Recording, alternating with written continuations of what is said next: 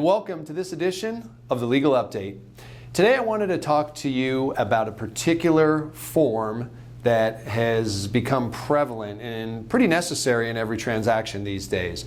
It is the Property Images Agreement, the P.I.A. And this form, although it's existed for a number of years, hasn't really been used all that much, but due to some lawsuits and things, it is now something that we're going to require here at RE/MAX Premier Realty with each one of your transactions.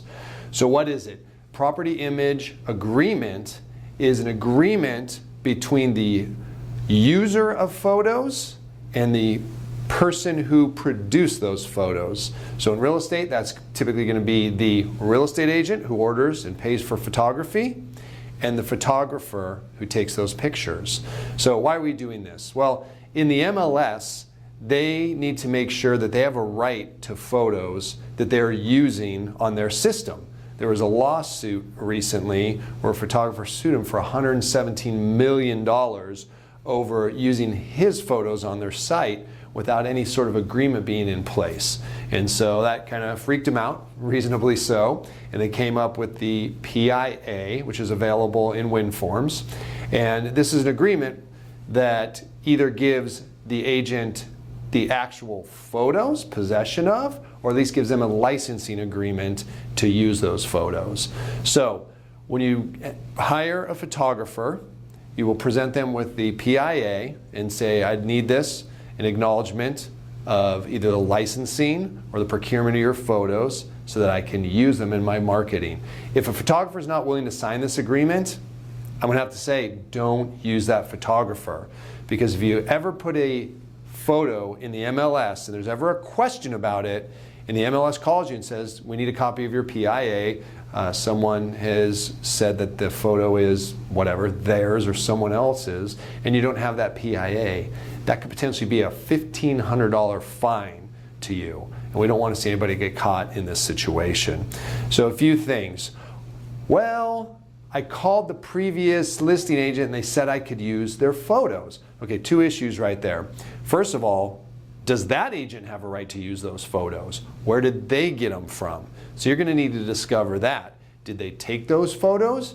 If so, you're going to need to get a P.I.A. from that agent saying those are my photos and I allow you to use them. If they paid for those photos, unless they have a P.I.A., you're going to need to get that in place. So you're going to need to find where those photos came from and make sure you have a right to use them by having the P.I.A. signed. And the last issue with this is, if you ever ask, hey, can I use your photos? And they say yes, don't ever grab them out of the MLS. When the MLS has a photo uploaded, they now have a copyright on it. And you can't use that particular photo again. So you have to get a fresh set from whoever you have permission to get them from to reload them into the MLS. If you take them out of another listing and you put them in yours, the watermark will show up, $1,500 fine. Don't do it. Okay, so seller says, hey, I took these pictures. Make sure you get the P.I.A. from the seller, just so it's very clear where these came from. Because sometimes they're like, oh, I took them, and what they really mean is, oh, I got them from someone else. We want to make sure that we don't fall prey to that. So always get that P.I.A. before you upload any photos into the MLS. And don't take any photos where you don't know where the source is from. Best example, Google Images. Never go to Google Images. Don't go there don't take a street view. Don't take a map.